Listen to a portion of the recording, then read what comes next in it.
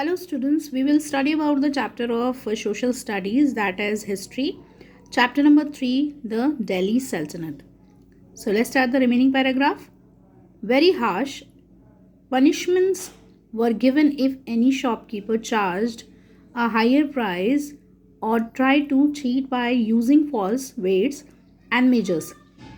These measures benefited the people. Alauddin set up 3 markets in Delhi, one for food grains, the second for costly cloth, and third for horses, slaves, and cattle. Each market was under the control of an officer called Shahana, who strictly controlled the prices. अब बहुत ज़्यादा सख्त जो है सज़ा दी जाती थी जो शॉपकीपर जो है ज़्यादा हाई रेट्स जो रखने की माल पर कोशिश करते थे या चीटिंग करते थे गलत वेट या माप तोलने में, तो उनको क्या बहुत सख्त पनिशमेंट दी जाती थी।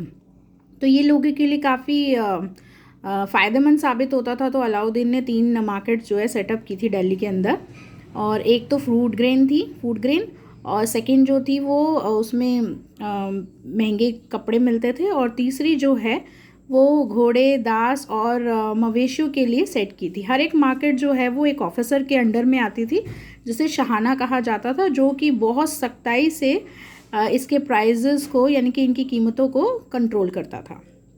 मिलिट्री एडमिनिस्ट्रेशन यानी कि सैन्य प्रशासन। Alauddin was the first Delhi Sultan to maintain a well-equipped standing army. He paid his soldiers in cash and gave them imported horses of good breed. The horses were branded so that they could not be exchanged for cheaper horses. A detailed description of each soldier was kept to prevent substitution. This was called चेहरा। तो यहाँ पर अलाउद्दीन खिलजी जो है वो पहला सुल्तान था जिसने बहुत अच्छे से जो है आर्मी तैयार की थी और बहुत अच्छे से सजाया था अपनी आर्मी को, और उसने हर एक जो सेना को कैश में जो पेमेंट किया था मतलब, और उसे बहुत ज़्यादा महंगे घोड़े, अच्छी ब्रीड वाले घोड़े जो है उसको दिए थे। अच्छे घोड़ों को जो सस्ते जो घोड़े थे उनके साथ बिल्कुल भी एक्सचेंज नहीं किया जाता था।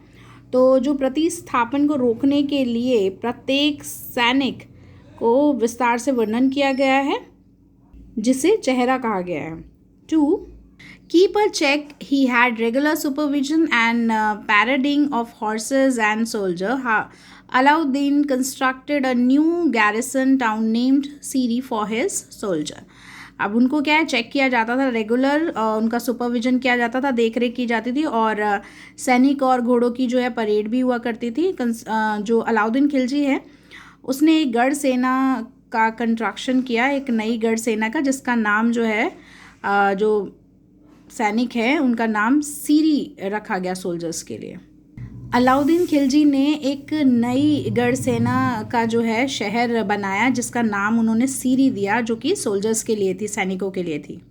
लैंड रेवेन्यू एडमिनिस्ट्रेशन यानी कि भू राजस्व प्रशासन। Apart from the control of the market, Alauddin took important steps in the field of land revenue administration. He decided that land revenue would be assessed on the basis of measuring the land under the cultivation. This meant that the rich and powerful in the village who had more land could not pass on their burden to the poor. The Sultan also kept a strict watch on the local officers responsible for revenue collection. Their accounts were strictly checked so that they could not cheat the state. अब यहाँ पर बताया गया है इस paragraph में कि यहाँ पर मार्केट के हर एक हिस्से को कंट्रोल किया जाता था अलाउद्दीन खिलजी के द्वारा, और बहुत इम्पॉर्टेंट कदम उठाए जाते थे इस भू राजस्व प्रशासन के लिए। उसने डिसाइड किया एक बेसिक प्रशासन जो भू कर है वो डिसाइड किया, उसके बेसिक पर जो भी ज़मीन है खेती की उसको मापा जाता था, उसी के आधार पर उनका भू कर जो है निश्चित किया जाता था। अब इसका मतलब ये है कि जो भी अमीर या शक्तिशाली गांव होता था तो या फिर जिसके पास बहुत ज़्यादा ज़मीन होती थी अब जो गांव में बहुत ज़्यादा अमीर लोग होते थे और बहुत शक्तिशाली होते थे और जिनके पास बहुत ज़्यादा ज़मीन होती थी, तो वो अपना बर्डन जो है अपना जो बोझा है वो किसी और गरीब पर पास नहीं कर सकते थे। तो इसके लिए जो है सुल्तान के द्वारा एक स्थानीय ऑफिसर्स अपॉइंट किए गए थे, जिसकी जिम्मेदारी थी वो कर भी वसूलते थे और नज़र भी रखते थे कि कोई ऐसा ना करे।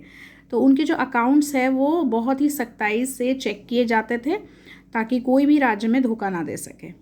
The administrative policy of Alauddin Khilji show that apart from being a brilliant military general, he was an administrator of great efficiency. अब जो प्रशासन की नीतियाँ थी अलाउद्दीन खिलजी ने जो भी शो की थी, वो एक बहुत ही उम्दा मिलिट्री थी, बहुत बढ़िया मिलिट्री जनरल था और वहाँ का प्रशासक था और उसमें काफ़ी वो कुशल भी था अपनी मिलिट्री सेना के लिए। तैमूर्स इन्वेशन 1390 AD, यानी तैमूर का आक्रमण। The weakness of the Delhi Sultanate was completely exposed by Timur's invasion of Delhi 1398 AD. Temur was a Turk, but he could claim a blood relationship with Genghis. His motivate for raiding India was to seize the wealth of the Delhi sultans. There was no one to stop this invention. Temur's army ransacked and plundered the various towns on the way to Delhi. Temur then entered Delhi and looted it, mercilessly killing people. Timur के आक्रमण ने दिल्ली सल्तनत की जो कमज़ोरी है उसको सामने ला दिया था। अब तैमूर जो है तुर्क था, लेकिन वो दावा करता था कि उसका खून का रिश्ता है चंगेज़ के साथ और उसको इस चीज़ के लिए बढ़ावा दिया जाता था कि वो दिल्ली सुल्तान यानी कि इंडिया पर जो है मतलब रेड करे और जो अच्छे खासे सुल्तान हैं, जो अमीर हैं, उनको लूट ले वो, ठीक है। अब उसे कोई भी उसके आक्रमण को रोकने वाला नहीं था और जो तैमूर है उसकी आर्मी ने सारे जो उसके रास्ते में जो भी लोग आते थे वो सबको लूट लेता था, ठीक है। तो अब जब वो एंटर किया उसने दिल्ली में, तो जो भी उसके रास्ते में आए उन लोगों को वो मारता चला गया। Timur appointed Khizr Khan as his deputy before returning to Samarkand. He made Khizr Khan the governor of Multan, Lahore and Dipalpur. Later Khizr Khan captured Delhi in 1414 AD and began the rule of the Sayyids. अब तैमूर ने जो है खिज़र खान को वहाँ पर एज अ डिप्टी, उसकी duty पर जो है अपॉइंट कर दिया और उसके लौटने के बाद जब वो समरखंड लौटा तो उसने खिज़र खान को मुल्तान का गवर्नर बना दिया, लाहौर और डिपलपुर का भी। बाद में खिज़र खान ने जो है दिल्ली पर कब्ज़ा कर लिया 1414 में एंड उसके बाद जो है उसने अपनी जो नीति है, ठीक है, जो सईद्स पर स्टार्ट कर दी, मीन्स जो अपना शासन है सईद पर वो शुरू कर दिया।